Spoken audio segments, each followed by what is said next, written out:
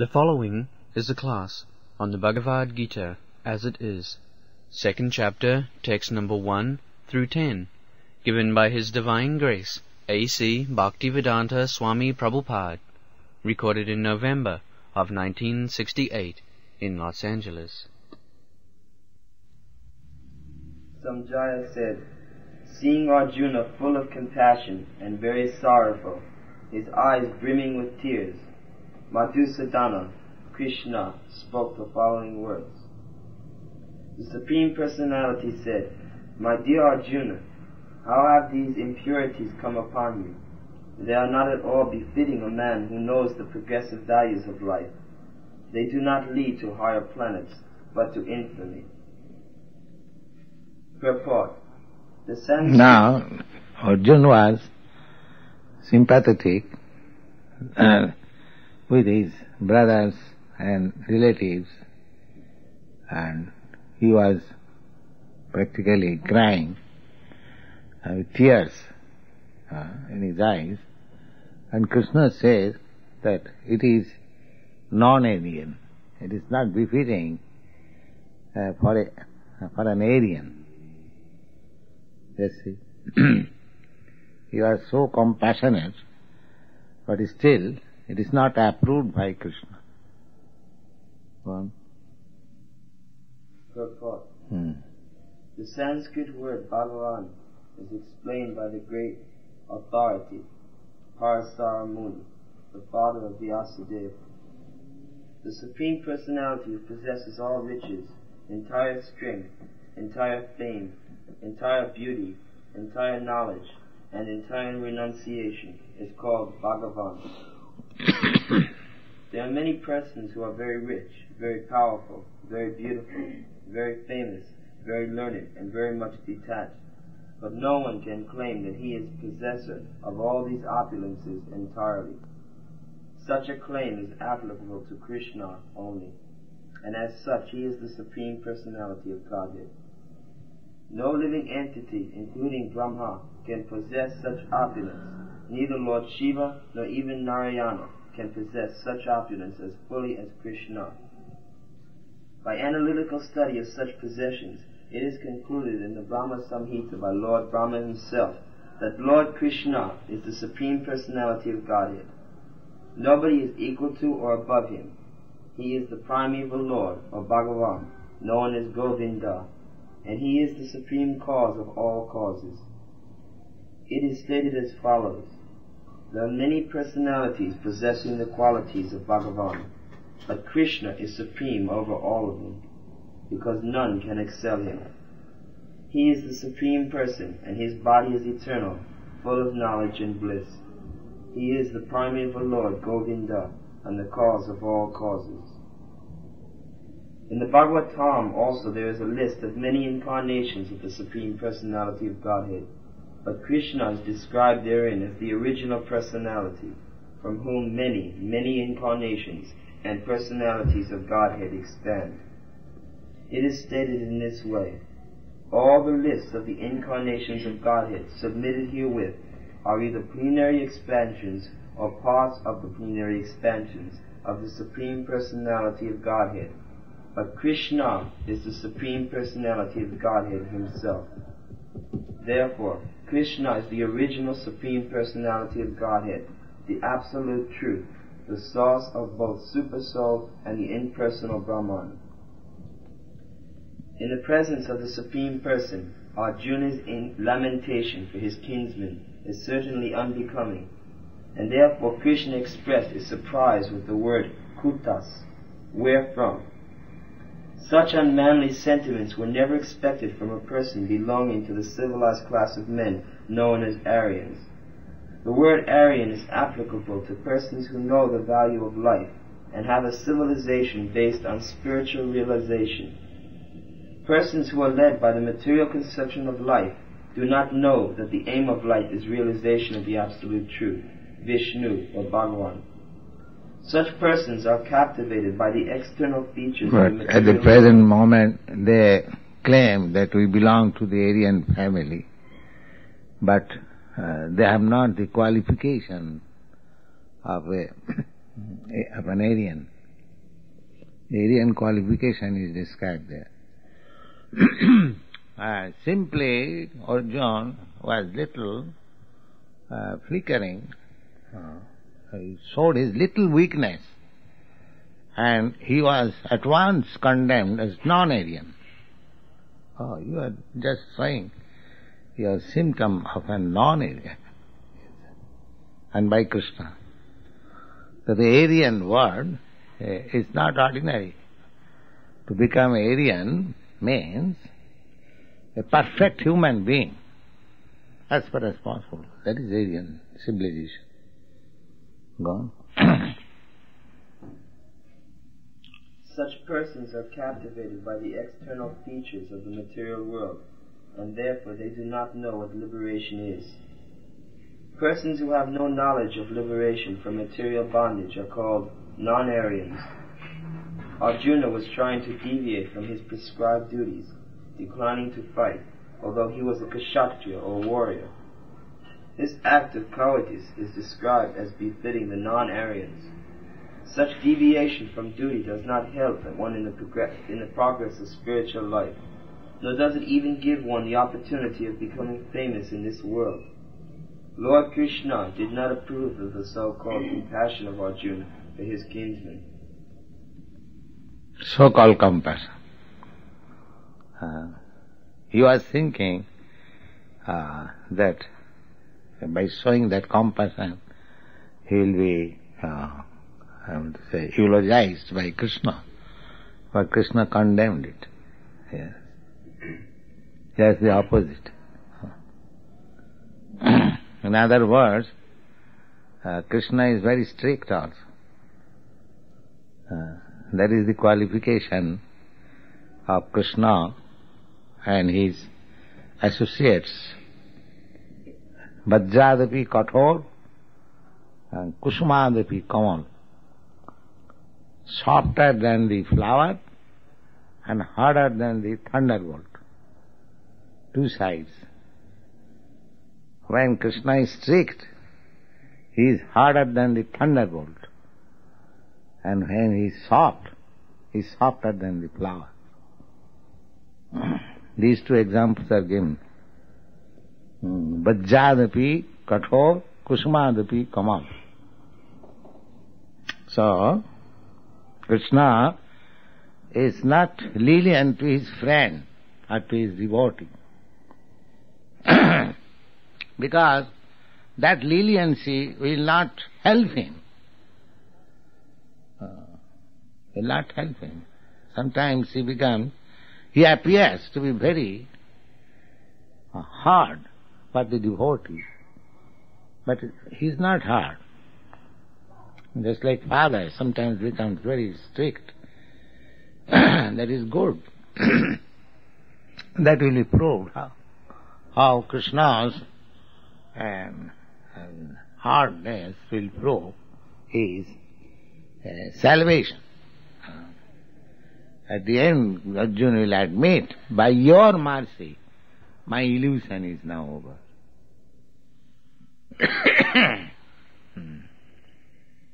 So this sort of stricture from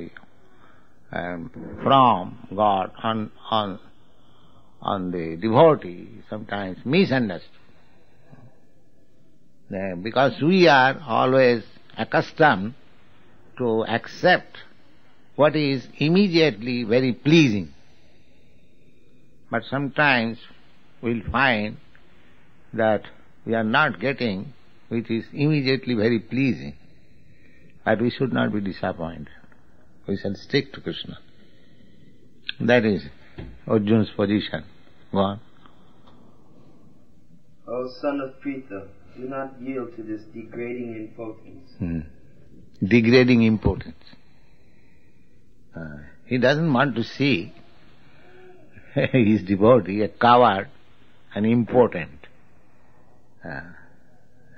So, the so-called qualification, impotency, niggard, that is not qualification for devotee. He must be very, and everywhere, very expert and fit. Krishna wants to see. Well, it does not become you. Give up such petty weakness of heart and arise, O chastiser of the enemy. Especially addressing chastiser of the enemy. There is no excuse. You must be chastiser. Not that because I become Krishna conscious, I will be very humble.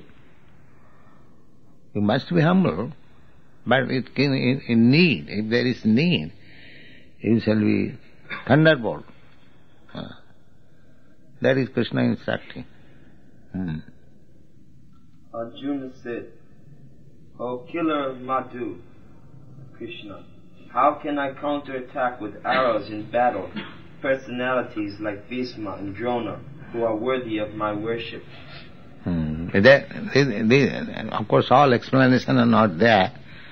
Here, these words, Krishna addressed Arjuna, a chastiser of enemies, and Arjuna addresses Krishna, Madhusudan, or the killer of the demon Madhu.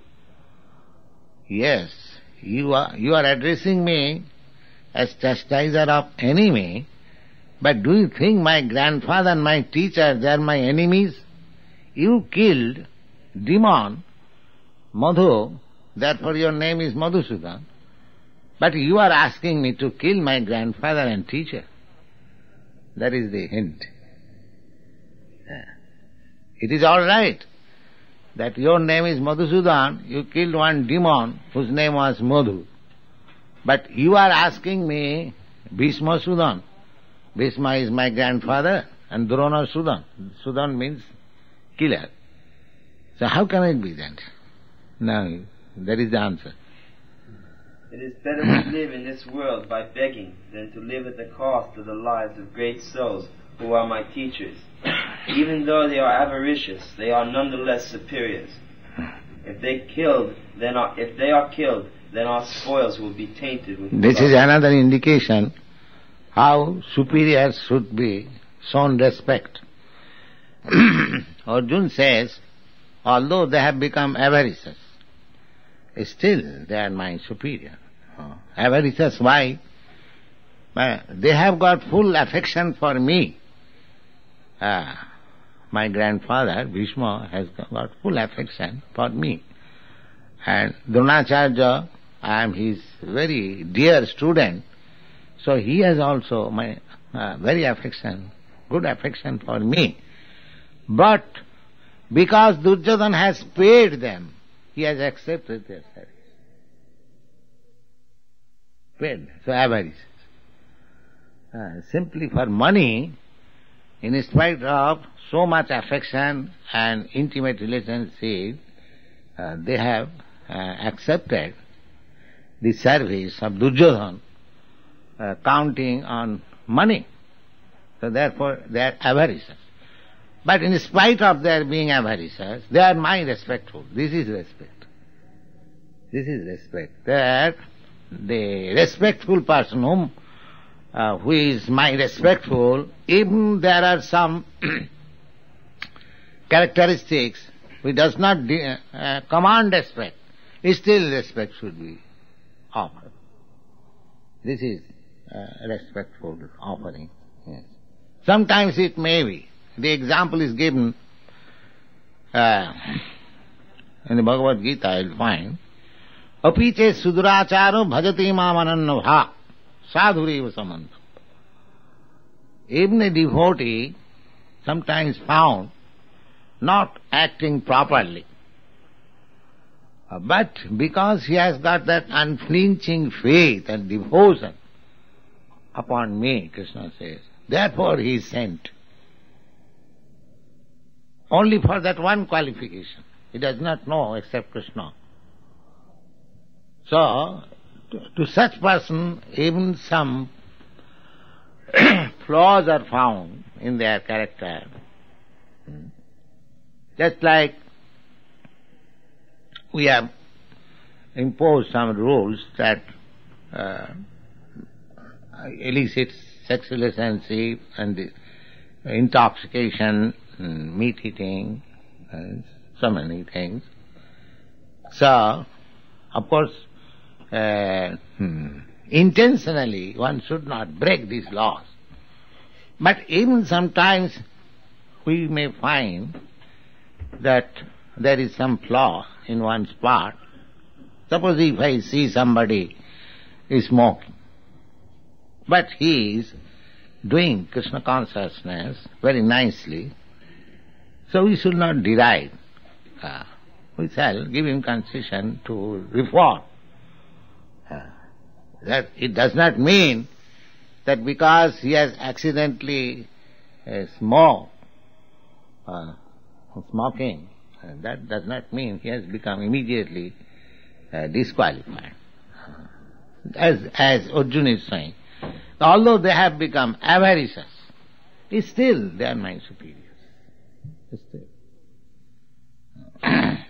Still they are my superiors. This is called unflinching faith. In spite of seeing my respectful superior abominable, not willingly but by accident, I should not withdraw my respect. That is it. Nor do we know which is better, conquering them or being conquered by them. The sons of Dhritarashtra, whom if we killed we should not care to live, are now standing before us on this battlefield. Purport.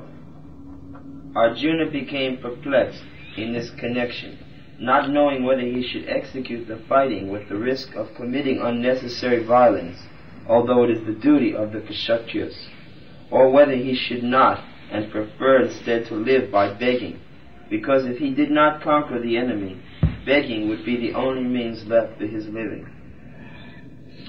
There was no certainty of victory, because either side might emerge victorious. These are his causes of perplexities.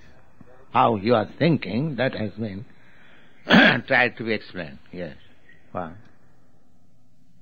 Even if there were victory awaiting them, because their cause was justified, still, if the sons of Dhritarashtra should die in battle, it would be very difficult to live in their absence. Under the circumstances, that would be another kind of defeat. All these considerations by Arjuna definitely prove that he was not only a great devotee of the Lord, but that he was also highly enlightened and had complete control over his mind and senses. His desire to live by begging, although he was born in the royal household, is another sign of detachment. He was fully in the quality of forbearance, as all these qualities, combined with his faith in the words of instruction of Sri Krishna, his spiritual master, give evidence. It is concluded that Arjuna was quite fit for liberation. Unless the senses are controlled, there is no chance of elevation to the platform of knowledge, and without knowledge and devotion, there is no chance of liberation. Arjuna was competent in all these attributes, over and above his enormous attributes in his maternal relationships. God. Now I am confused about Yes, what is it? Now I am confused about duty, and have lost all composure because of weakness. In this condition I am asking you to tell me clearly what is best for me. Now I am your disciple, and the soul surrendered unto you. Please instruct me. Purport. By nature's own way, the complete system of material activities is a source of perplexity for everyone. In every step there is perplexity, and it behooves one therefore to approach the bona fide spiritual master who can give one the proper guidance for executing the purpose of life. All Vedic literatures advise us to approach a bona fide spiritual master to get free from the perplexities of life, which happen without our desire. They appear like a forest fire, which takes place without being set by anyone. Similarly, the world situation is such that perplexities of life automatically appear without our wanting such confusion. Nobody wants fire, and yet it takes place, and we are perplexed. The Vedic wisdom therefore advises that in order to solve the perplexities of life and to understand the science of the solution, one must approach a spiritual master who is the cyclic succession. A person with a bona fide spiritual master is supposed to know everything. One should not therefore remain in material... This is a translation of a Vedic version. Acharyavan Purusha Veda. Acharyavan, one who has Acharya as his guidance, he is supposed to know everything. Acharyavan Purusha Veda. That is given there.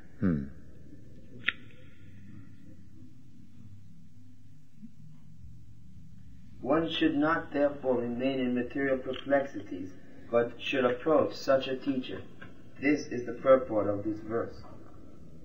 Who is the man in material perplexities? It is he who does not understand the problems of life. In the Garga Upanishad, this is described as follows. He is a miserly man who does not solve the problems of life as a human, and who thus quits this world like the cats and dogs, without understanding the science of self-realization. He is called a miserly man. This human form of life is the most valuable asset for the living entity, who can utilize it for solving the problems of life. Therefore, one who does not utilize this opportunity is a miser. As a miser does not properly use his asset. Suppose you have got $1 million, you keep it only, you do not use it properly, or you spoil it, then you are called miser. But if you utilize it properly and gain out of it, then you are intelligent. Similarly, Garga Upanishad says, the Garga makes distinction, two classes. One class of men, he says, Kripana. Kripana means miser. And another class of men, he says, Brahmana, Brahmins. So he classifies, Etad viditya japrayati sa Brahmana. This self-realization process, we shall die, it is sure. Every one of us will die. But we should not die like cats and dogs. That is the difference. We may die, we must die. Nobody can escape death. But before death, we must know what is self and self-realization. They are Brahmins. Those who are trying to understand what he is, what is his relation with God, and how he should live, they are called Brahmins. And those who are living like cats and dogs, simply eating, sleeping, mating, and dying, so they are dying like cats and dogs. So, death is inevitable. That is also advised by Prahlad Maharaj in his instruction to his class fellows. Kaumarang acharit pragya dharman bhagavatan. My dear friends, from this beginning of life, we are now 5 years old, from this life we should try to understand Bhagavad Dharma. Bhagavad Dharma means to understand our relationship with the Supreme Lord. That is called Bhagavad Dharma.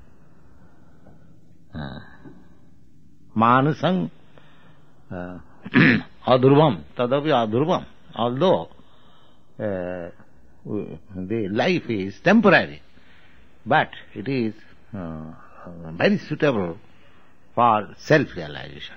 So therefore, one should begin this process from childhood.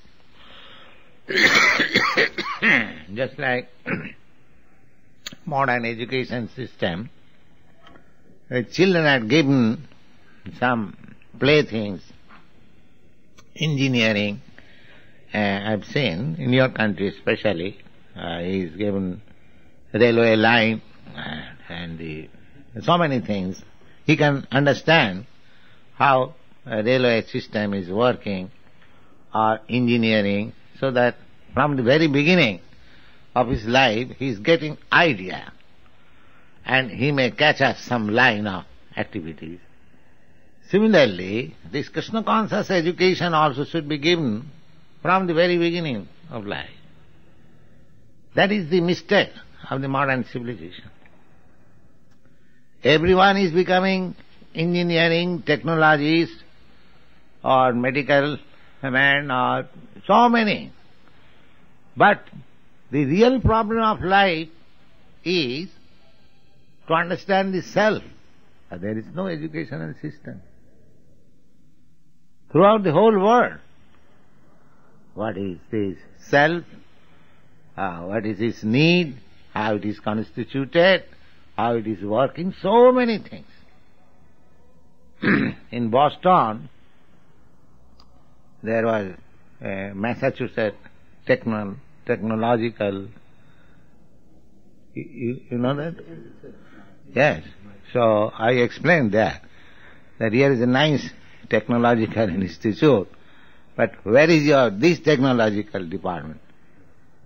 To understand. And so the students very much appreciated it. So actually, this is the defect. We know this will be the beginning of Bhagavad Gita, that there is something which minus this body is useless. But nobody is trying to understand what is that something. There is no technological institute to understand what is that something. Is it not defective? And still they are very much proud of advancement of education. The real thing is missing. You have got all departments for comforts of this body, for maintaining this body. But the thing which minus this body, the body is useless, what about that thing? That is Bhagavad Gita. That is Bhagavad Gita. Bhagavad Gita is teaching that technology. You should try to understand this. Bhagavad Gita is not technology for the external body. Bhagavad Gita is the technology of the Dehi, which is within the body, which is moving the body, which is keeping the body fit. This body is fit, very nice, very beautiful, very attractive. How long? So long the spirit soul is there. As soon as the spirit soul is off, immediately it begins to decompose. There may be a nice, beautiful young girl. Everyone is hankering after her. But as soon as the spirit soul is gone, nobody will like to accept. Immediately it becomes useless. So nobody is very serious. What is that thing? That is Bhagavad Gita. Yes. Is that what ages then? If the spirit soul is leaving the body, you become older? No, spirit soul is not old. The body is changing. That is the process. That will be explained. Dehinasmin datha dehi kumara jovanam jara tatha dehantram prapti dhira sattanamayati.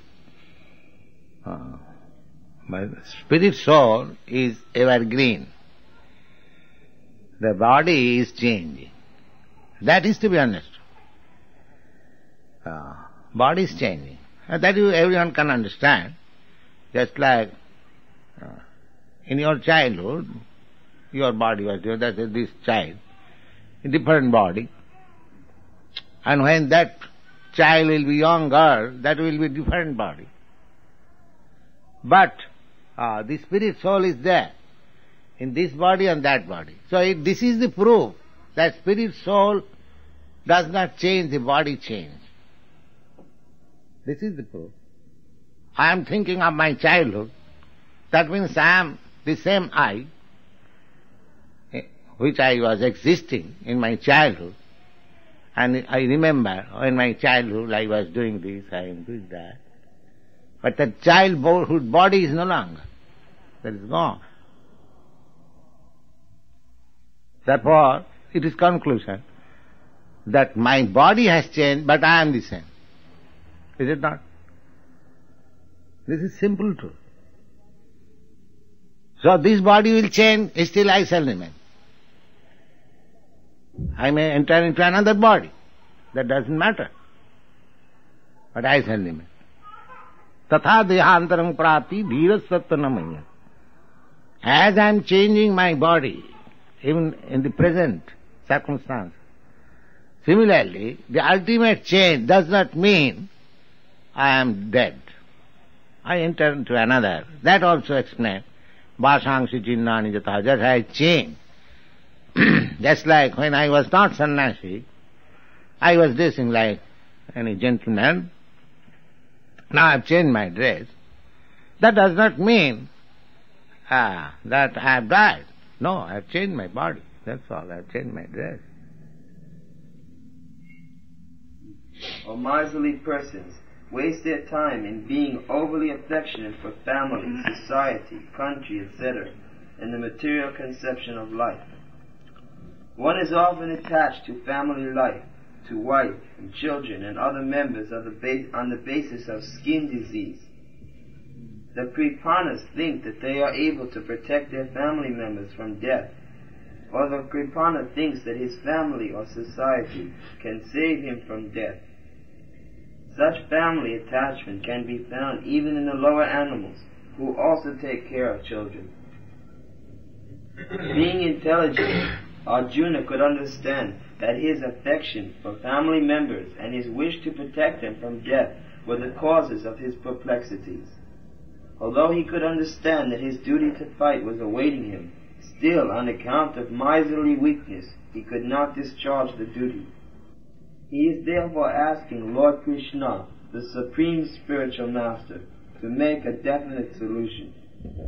He offers himself to Krishna as a disciple. He wants to stop friendly talks.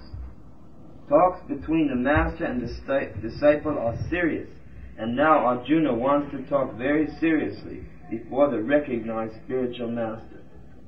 Krishna is therefore the original... Here is a technique. The same Krishna and same Arjuna, they are talking as friends. Then what was the necessity of Arjuna accepting Krishna as spiritual master? The same Arjuna and same Krishna, they will talk, but what is the necessity of accepting a spiritual master? That means, after accepting spiritual master, he will not argue. He will simply accept whatever he says. That is the thing. Friendly talks, equal level. Krishna was talking something and he was replying. So that argument has no end. But when he accepts him as spiritual master, there is no more argument. One has to accept whatever he says. Therefore he is accepted spiritual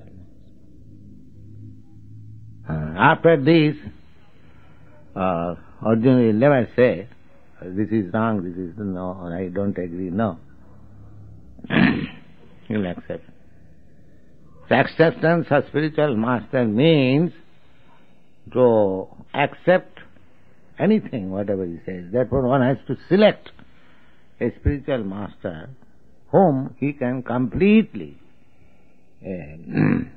surrender.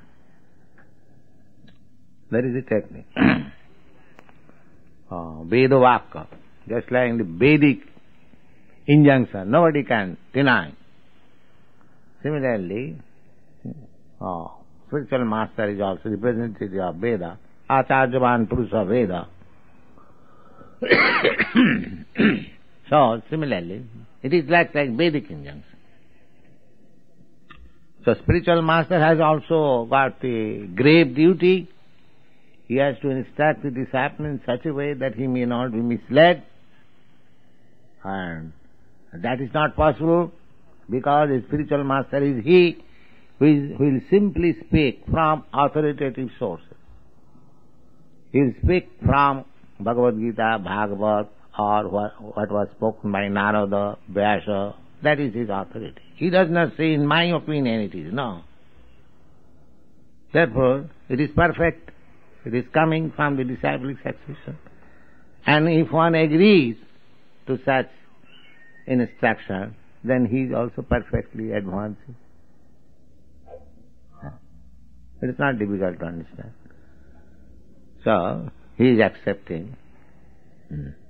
Now I accept you as my spiritual master, you teach me. Is that the statement? Yes. What is that? He offers himself to Krishna as a disciple. He wants to stop friendly talk. Krishna is therefore the original spiritual master in the science of the Bhagavad Gita, and Arjuna is the original disciple in understanding the Gita. How Arjuna understands the Bhagavad Gita is stated in the Gita itself. And yet foolish mundane scholars explain that one need not submit to Krishna as a person, but to the unborn within Krishna. There is no difference between Krishna's within and without, and one who has no sense of this understanding is the greatest fool, the greatest pretender. I can find no means to drive away this grief which is drying up my senses. I will not even be able to destroy it if I win an unrivaled kingdom on the earth with sovereignty like the demigods in heaven. Samjaya said, having spoken thus, Arjuna, chastiser of enemies, told Krishna, Govinda, I shall not fight, and fell silent. O descendant of Bharata, at that time Krishna, smiling in the midst of both the armies, spoke the following words. So Arjuna was so serious and Krishna was smiling. Just see the fool what he is doing. Therefore there was necessity of instructing Bhagavad Gita. The fool has to be instructed. Yes, this is. He was smiling. This is child. He was very serious. Oh, just like sometimes child is very serious, and the father is smiling. So now Bhagavad Gita will be spoken. He has accepted Krishna as spiritual master. Now he will teach. So what does he teach? Next. The blessed Lord said, while speaking learned words, you are mourning for what is not worthy of grief. Those who are wise lament neither for the living nor the dead. This is the first version of Krishna as teacher. What is that? Read it again. Those who are wise lament neither for the living nor the dead. Yes. Asatyan anusutasthang pragyavadang sarvasas. That you are lamenting for a thing which no learned man does. That means you are not learned. But you are talking just like a learned man. What is that? You are talking? Yes. While speaking learned words, yes. You are speaking learned words, but your behavior shows that you are not learned, because you are lamenting on a subject which no learned man laments. And politely he said that you are not learned, but you are talking just like a learned man. That we will find. Dr. Frog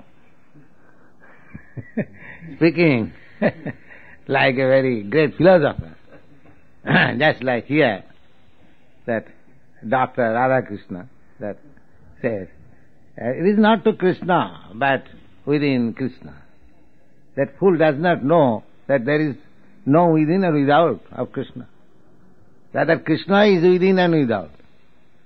That he does not know. And he is accepted as a very great learned man. Dr. Frog, not Dr. Radhakrishna. This is going on in the world. They are posing themselves as very learned. But this can be detected by devotees, who is learned and who is not learned. Others cannot detect. Others will be misled. The devotees, they have got such eyes to see that they can immediately discriminate who is a fool, who is a learned.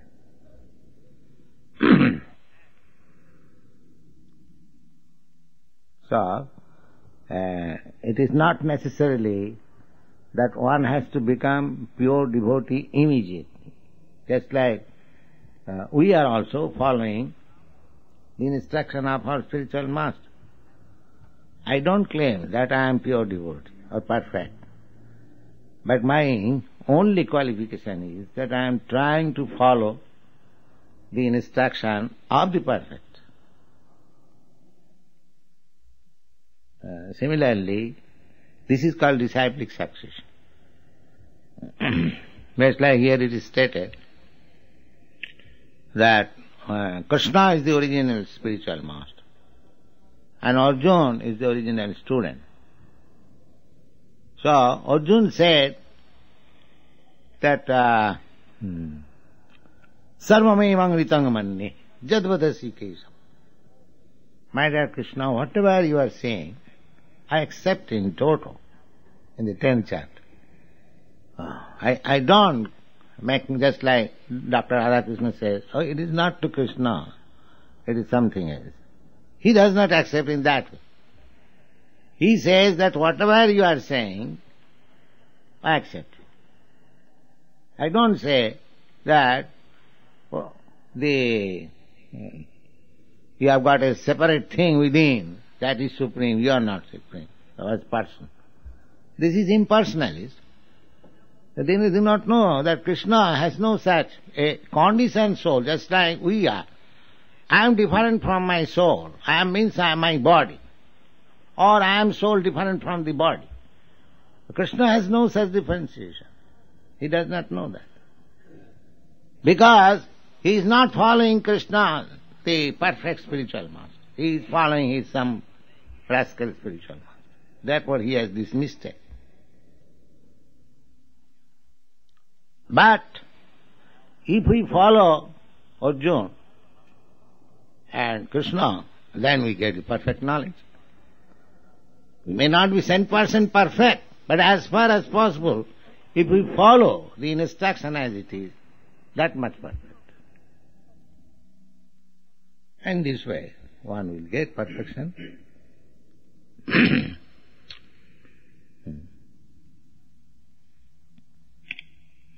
So, one has to follow the same example, try to understand that a perfect expert technologist or technician or mechanic is working and somebody is working under his instruction.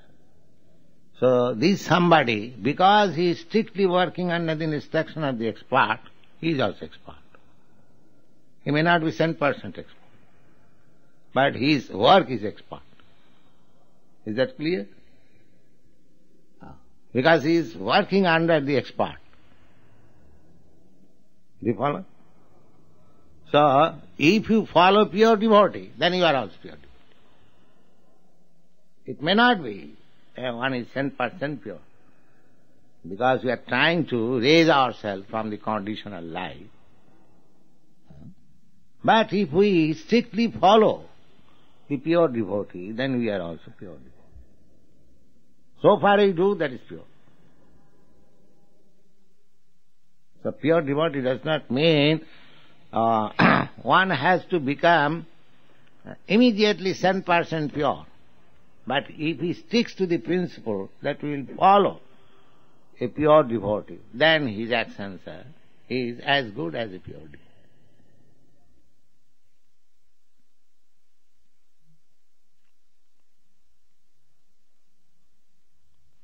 That is it is not, I am explaining in my own way, it is the explanation of Bhagavad. Mahajana jena gatasya panthya. We have to follow the footprints of pure devotees. It is said that tarko apratishya. If you want to become pure by your arguments and logic, that is not possible. I may be defeated by another strong man who is stronger in argument than me. So this is not the way of becoming purified. Tarka, simply arguing. Tarko apratishya. Sutayo vibhinya. Sutayo, scriptures. Suppose somebody sticks to the scriptures. The scriptures, there are different types of scripture. So, they are bibhinna. Bibhinna means different types. So how we can become purified even by following the scriptures?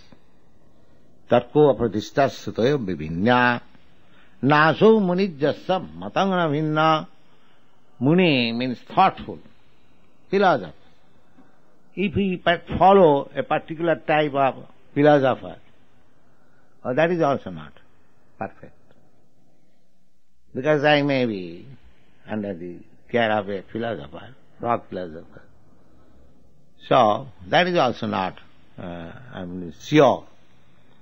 Tarko apratishtas toyo bibhinya naso munijjasa matangana bhinna dharmasya tattang nihitam guhayam. Therefore, to become pure or to understand the essence of purity is very confidential.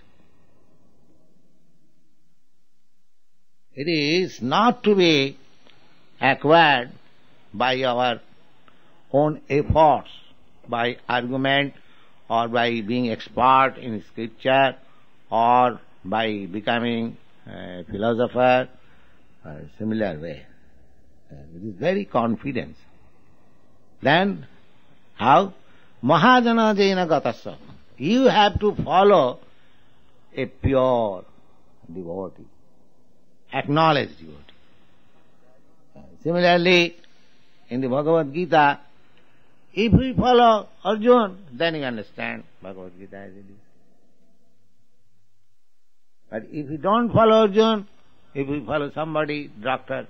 Frog, or create our own interpretation, then we remain impure. So, Mahajana jena gatasya pantha. We have to follow the footprints of Mahajana, great soul. So here is directly you are meeting great soul, Arjuna. He is directly being taught Bhagavad Gita by the original teacher. Who can be greater authority than Arjuna? So as Arjuna accepts Bhagavad Gita, if you accept Bhagavad Gita in that way, then your study of Bhagavad Gita is perfect. It is very simple. Therefore, I am saying here that Krishna is the original teacher and Arjuna is the original student. So you follow the original student, you understand Bhagavad Gita. Even Krishna is not present before you. He is present by his words. This is the way of following what is pure.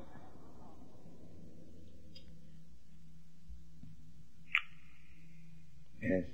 Can Krishna give us the ability to someday remember every word that you're saying to us now? Because I myself, I forget so much. And I want to hear just how you're talking, and I can't. What is that? I don't follow. I want to be able to hear you saying exactly what you're saying now. I want to always be able to hear it, but I forget. Why? My memory is very poor. No. If you try memory, maybe everything depends on cultivation. If you cultivate something, your memory increases. Everyone becomes expert, not in one day, but by cultivation. Similarly, if you try to remember, then your memory will help you to remember. It is not difficult. That is stated in the Bhagavad Gita. That we have to try to remember Krishna. He is so beautiful. His instructions are so nice. If we simply remember Krishna, that was the perfection approved by Lord Chaitanya. I think I have narrated this story. When Lord Chaitanya was traveling in South India, in a big temple, Ranganath temple, he went to see the deity, and he saw one Brahmin was reading Bhagavad Gita. And people were joking him, Mr. Brahmin, how you are reading Bhagavad Gita? Because they were their neighbors, they knew that this Brahmin was illiterate. And he was studying Bhagavad Gita. So they were joking. But the Brahmin did not care them. He was taking the book and in his own way he was reading. Chaitanya Mahaprabhu saw this incident. He came to the Brahmin. So he asked the Brahmin, "My dear Brahmin, what you are reading?" So he could understand this person is not joking with me, he is serious. So he explained, "My dear sir, I am reading Bhagavad Gita. Unfortunately, I am illiterate. I do not know even the alphabets." "Why you are reading Bhagavad Gita?" So he said that my spiritual master knows that I am illiterate, but still he has asked me to read Bhagavad Gita. What can I do? Therefore I have taken this book and seeing simply. I do not know how to read. "Oh, that's all right, you cannot read, but I see that you are crying." How you are crying if you are not reading? "Yes, I am crying, of course. There is cause." "What is that?" "Now, as soon as I take this Bhagavad Gita, I remember Krishna. Krishna is sitting as driver and Arjuna is hearing. I have heard this story. I know something of the instruction but cannot read. So as soon as I take this book, this picture comes before me and I simply think, oh, how Krishna is nice. That he has become a charioteer of his devotee. He is so great. Still, he has accepted a menial service of his devotee. This gives me so much pleasure that I cry. Chaitanya Mahaprabhu embraced him. Your Bhagavad Gita reading is perfect.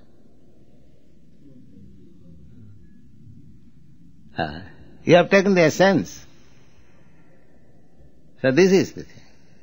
If you simply remember Krishna is teaching Arjuna and Arjuna is hearing, if you simply remember the picture, that is sufficient. Even if you think that you cannot read. Because after all we have to become Krishna conscious. We haven't got to become a learned man to argue with another learned man. If it is possible, we can do that. But that does not make any difference. If I cannot argue with others, or if I cannot teach very nicely Bhagavad Gita to others. Simply if I remember this picture, that is perfect. Because we have to become Krishna conscious. We have to simply think of Krishna. You think in any way, that is your perfection. Smartabam satato Vishnu. This is the injunction. You have to think of Vishnu always. This is samadhi. This is meditation. This is yoga siddhi. Perfection of yoga. So one who has learned to think of Krishna always, he is already on the perfection stage. Aradhita jadi haris tapasa tatat kim. If one has come to this stage, just to understand Krishna, the great, the Supreme Personality of Godhead, and his surrendered soul, Krishna, whatever you like, you do. I am surrendered. This is Aradhana. Then he doesn't require to undergo any austerities or penance. Everything is finished. And Naradhita jadi haristavasa tatakim. And if he does not come to this stage, his so-called scholarship, learned, argument, this or that, all nonsense. Finished. Useless. One has to come to this stage. Therefore, Lord Chaitanya embraced the Brahmin. Yes, your study of Bhagavad Gita is perfect. Because one has to come to this stage, thinking of Krishna always.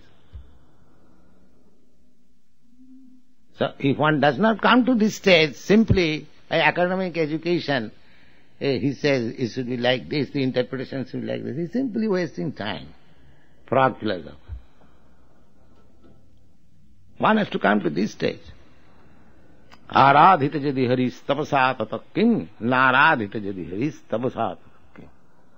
So, that is the perfection. Krishna, gopis, if they were cowherds girl, their father and mother, they are only ordinary village men keeping cows, that's all. What is their education? They are not Vedantists. But they learned to love Krishna. That was their qualification. And Chaitanya Mahaprabhu certifies, Ramya Kaji Dupasana Brajavadhuvar Gavija.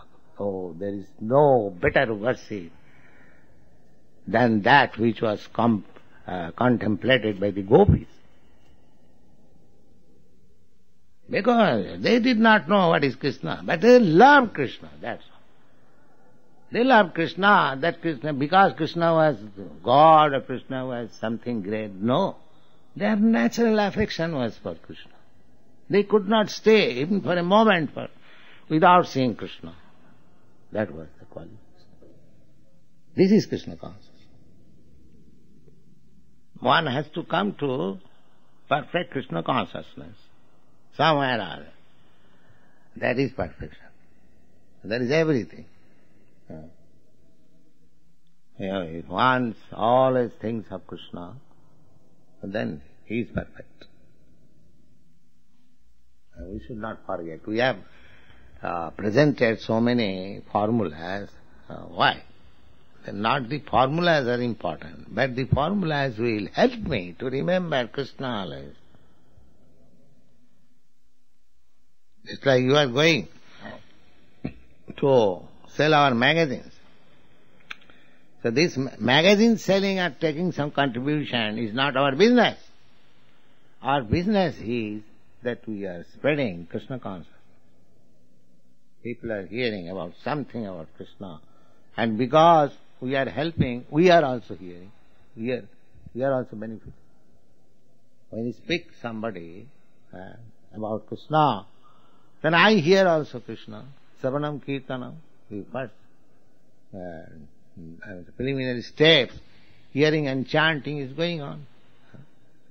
So in this way, we shall take all opportunities so that 24 hours, whether awakened or sleeping, we shall always think of Krishna. That is perfection.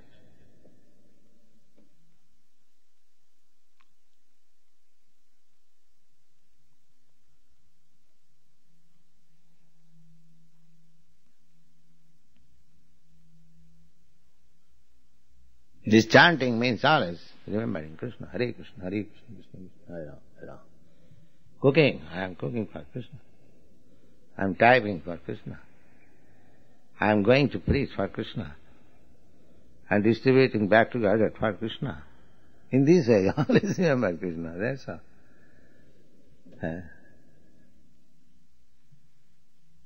That will make you perfect. Yes. When you're engaged in spreading Krishna consciousness by either singing or studying back to Godhead or speaking with people, through our senses like seeing or hearing or touching or smelling, our mind gets distracted even while we're engaged in studying back to Godhead, then how can we always return to that point of remembering, even though our senses are being dragged by billboard signs and so many... No, suppose you are selling back to Godhead. Does it not remind you Krishna? Does it not remind you about Krishna? What for you are selling back to God? You could sell another popular magazine which could sell very nicely, quickly, thousands of copies. Why have taken this back to God? For Krishna. You are not for business, you are not ordinary, I am a newspaper seller. Why have taken back to Godhead? Your motive is that people may know about Krishna. That is your motive. If magazine selling is your business, you can take any other sense gratification magazine, there are so many, and you can sell, you can make some profit. So, we have to mold our life in such a way that we shall always remember Krishna. Therefore, remembering Krishna is my primary business. And we have to act in such a way that we may not forget Krishna. That should be the principle. That is the secret.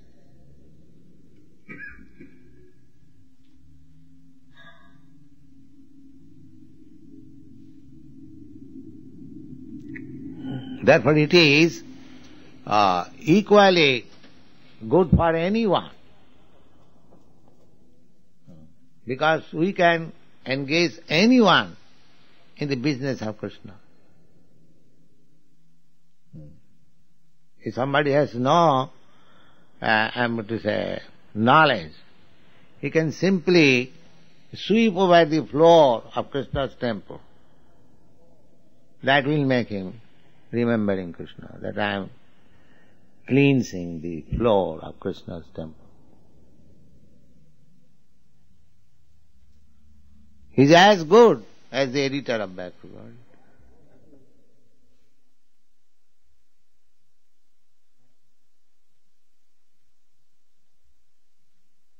Yes. How do you think the devotee go about practicing this Krishna consciousness if he's asleep? Yes, just as sleep means your gross senses are stopped, but your mind works. Therefore you dream. So if you practice your mind to be engaged in Krishna consciousness, in dream also you will see that you are preparing prasadam and going to sell back to Godhead.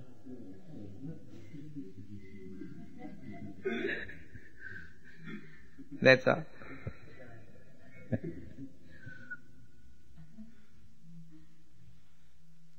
Sometimes, some nights, when I feel hungry, I dream that I am eating Krishna Prasadam, very sumptuous.